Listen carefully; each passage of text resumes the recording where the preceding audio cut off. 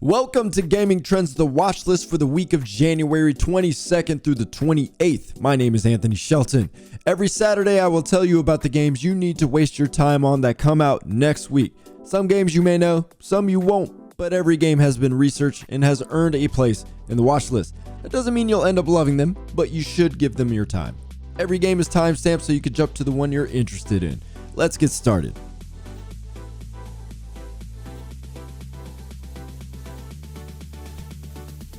The first game on the list is Forspoken, developed by Luminous Productions and published by Square Enix. The description reads, quote, Forspoken follows the journey of Frey, a young New Yorker transported to the beautiful and cruel land of Athia. In search of a way home, Frey must use her newfound magical abilities to traverse sprawling landscapes and battle monstrous creatures. I'm gonna be completely upfront. I don't think Forspoken will do well. So why is it on the watch list? Well, because it's a new IP, and I always hedge on giving new IPs a chance, and it has just enough meat on the bones to prove me wrong. But I'm telling you now, there are a lot of reasons this could go wrong. When critics and players have mixed reactions, that's a huge red flag. Go look at the gameplay yourself. Go play the PlayStation demo yourself. Square Enix has been bold enough to let us see quite a bit, which I respect a lot. The graphics look amazing, the combat looks very good, but there is some low-level development happening for what looks like a AAA game. If you expect this to be a AAA release, it is not. Get that out of your head right now. This is a AA release with the look of a AAA game. The enemies don't look fun to fight. The world seems sparser than it needs to be.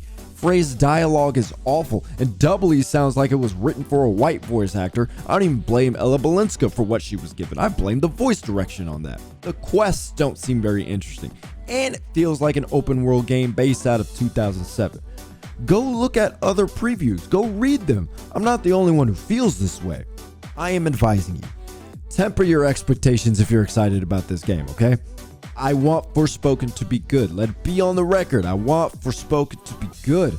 I want all games to be good. But the only thing I'm seeing going for Forspoken that is consistently praised is the parkour and the combat. I'm hoping that's enough to carry Forspoken through any draft, and I'm hoping everything else is as Luminous said. What you're seeing in the demo is not what you're getting.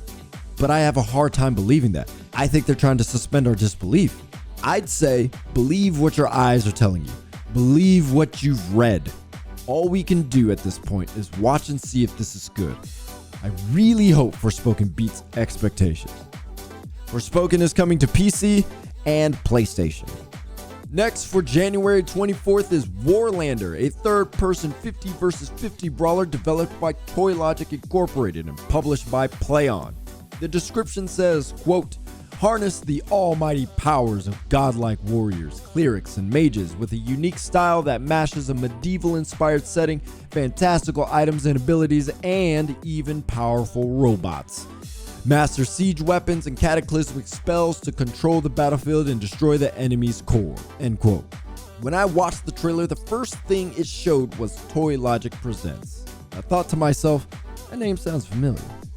So I watched the trailer, didn't think too much of it, but I looked up gameplay on YouTube from an open beta hosted in November, and I was captivated by what I saw.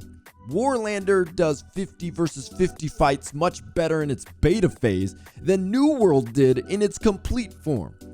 The map has a MOBA-like setup with 3 lanes and what looks like a beginning, middle, and end game. Your goal is to bust through the enemy's castle gates and destroy their core.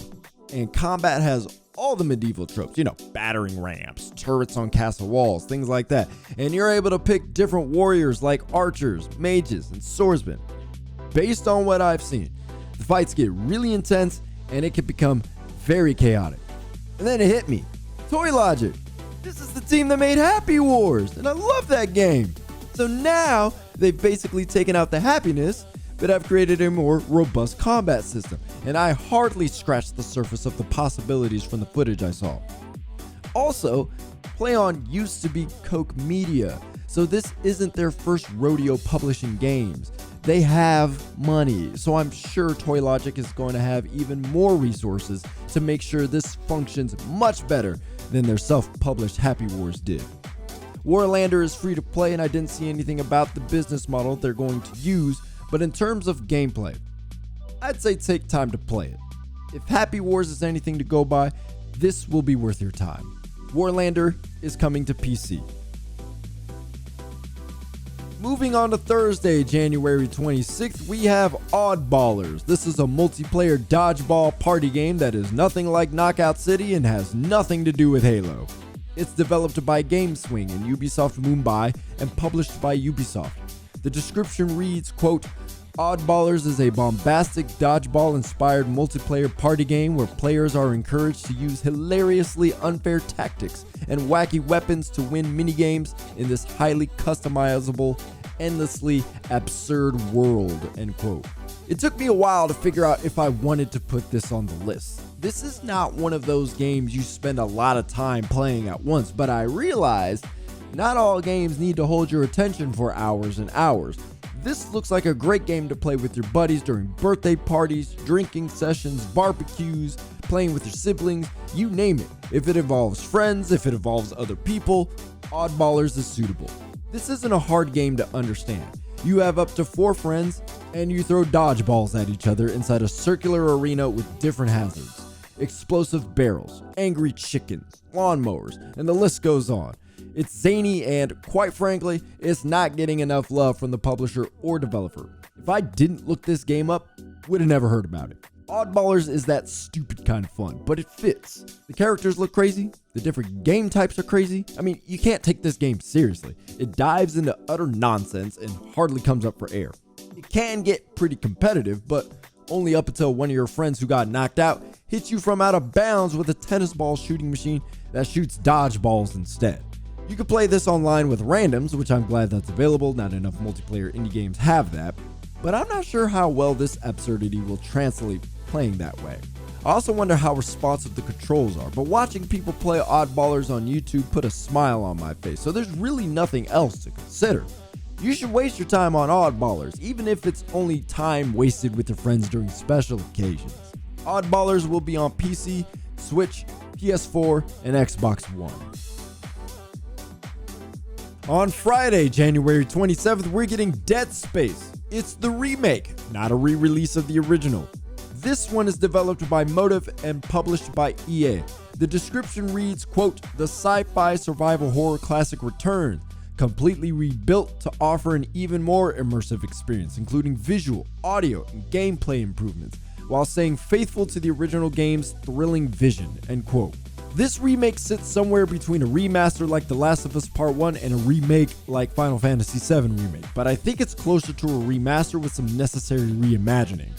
There are subtle changes to movement, subtle changes to navigation through the Ishimura, and a few gameplay tweaks that make it feel different without sacrificing the spirit of the original. There are a lot of recognizable locations and moments, but it feels fresh, and it still feels like Dead Space based on the footage around the internet. Now, at this point in my life, my heart can't take horror games. So I've never played Dead Space, but frick, I want to play this. It looks really good. I've seen enough of the original Dead Space to say that this does look like a meticulously detailed remake. It looks like a lot of love went into this. I'm talking grandma's home cooking kind of love. Look it up. You can see what I'm seeing too. There's not a lot you can look at and go, well, frick, they F this up. The pace of the walking seems a little faster, but levels also seem bigger, wider to be more exact. Still narrow enough. That matters. And it looks beautiful too. Love the lighting. Love the atmosphere. Love the added details to the suit. Love the details to the rooms. And you know what? I like that Isaac has a voice now, but he doesn't seem like he's going to talk a lot. It seems like he speaks when he's spoken to. When I think of remakes of my favorite games, I'm still waiting on that Super Mario 64 remake, by the way. This is what I think of. Dead Space is what I think of. Something that is nearly identical to the original, but improves on and develops ideas from the original and keeps the spirit of the original. That's what I'm seeing. There are changes, but they feel like tweaks, and those tweaks look like they're made while keeping everything else in balance. Y'all have fun with this one. Waste your time on this. Dead Space is coming to PC, PlayStation 5, and Xbox Series. Lastly, ATONE Heart of the Elder Tree, developed by Wild Boy Studios and published by Untold Tales, is coming January 27th. The description reads, quote, ATONE is a Norse mythology-inspired hand-drawn game that blends interactive storytelling and complex puzzles with a rhythm game combat system. Inherit the role of a young warrior named Estra as she journeys through Midgard to unveil the truth behind her father's death, end quote. Normally, I wouldn't add a game to the watch list that's already been launched, but the watch list focuses on PC and console platforms, not mobile. ATONE is making its debut on these platforms for the first time, and I'm sure many of you haven't heard of it.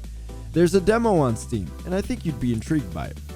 As is the case for many indie games, it's very experimental. Combat is executed by rhythm-based button presses instead of turn-based or action sequences.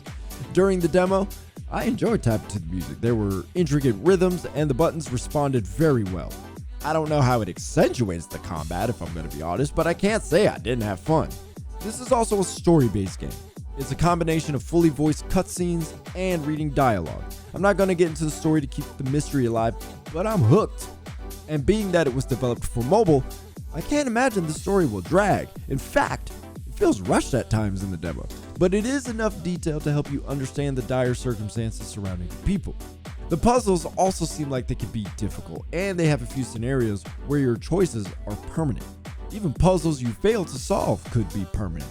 So based on Wild Boy Studios' website, this is their only game. They've come out the gate swinging if that's the case. There's a part of me that theorizes that mobile game players tend to have lower expectations for the games they play. It's not a shot, it's just the way developers develop their games. So it's going to be interesting to see how well ATONE holds up to the console and PC market. I think it will. ATONE Heart of the Elder Tree is coming to PC, PlayStation, and Switch. Alright, that's it. The games are starting to pick up a little bit now. Which of these games are you excited for? Which ones will you play? Got any other games you would put on your watch list that you're looking forward to next week? You know how YouTube works. You know where to comment. Throw them in there. Tap whatever thumb you like, but more importantly, subscribe and tap the bell icon so you won't miss the next video dropping next Saturday. I'll talk to you next week.